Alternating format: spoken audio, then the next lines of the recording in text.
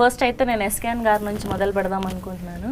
Firstly మీకు ఇట్లాంటి స్క్రిప్ట్లో చాలా అవగాహన, చాలా ఎక్స్పీరియన్స్లు ఉన్నాయని మాకు కొన్ని సందర్భాల్లో అర్థం అవుతూ ఉంటుంది మీరు మాట్లాడే మాటల వలన, మేబీ మీరు చూస్ చేసే కంటెంట్ వలన. సో ఫస్ట్ ఈ ట్రూ లవర్ అన్న సినిమాని చూస్ చేయడానికి రీజన్ ఏంటి? ఇది నేను మారుతి గారు చూసామండి. ఫస్ట్ కాపీ చూసినప్పుడు ఇద్దరికి ఒకటే అనిపించింది.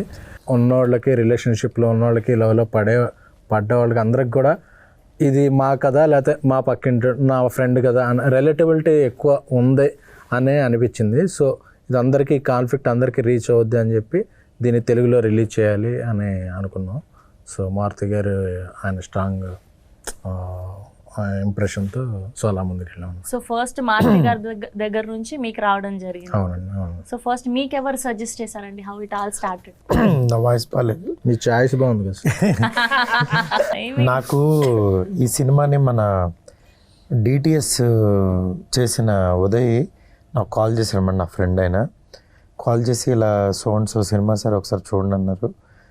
తర్వాత అనుకోకుండా చూసిన తర్వాత చాలా బాగా అనిపించింది.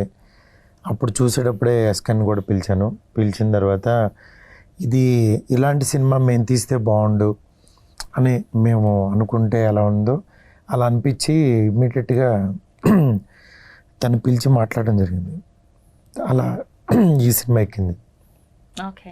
సో బేసిక్గా అప్పుడు చూసినప్పుడు ప్రేమిస్తే అలానే డబ్ చేసి చేశారు, అది సూపర్ డూపర్ సక్సెస్. స్టిల్ ఇప్పటికీ కూడా ఆ సినిమా అంటే ఒక వేరే లెవెల్ సెట్ చేసిన సినిమా, ఒక వేరే లెవెల్ మార్క్ని.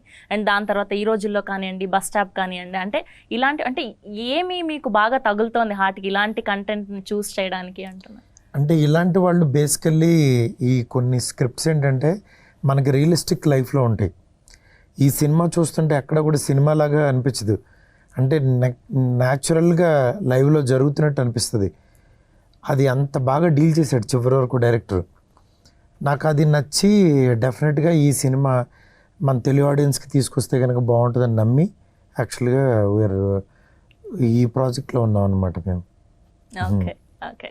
అండ్ మీ గురించి మాట్లాడుకుంటే అంటే బేసిక్గా ఈ ట్రూ లవర్కి సంబంధించిన కంటెంట్ అంతా బేసిక్గా ఏంటి ఏమైనా చూడడం జరిగింది. సో స్పెషల్లీ మీకు సినిమా పట్ల అంటే దీని పట్ల ఎంత ప్యాషన్ ఉన్నారో అర్థమైంది. తెలుగులో డబ్ చేస్తుంటే ఒక్కొక్క వర్డ్ ఆ వీడియో చూడడం జరిగింది. లవ్ టువర్డ్స్ సినిమా మీ గురించి మాట్లాడితే అసలు hats off to you and congratulations for good night. And non గాలి అయితే అసలు ఎన్నిసార్లు విన్నామో మాకే తెలీదు. అలా మా టాలీవుడ్ అందరి మదిల్లో మీరు ఉండిపోయారు.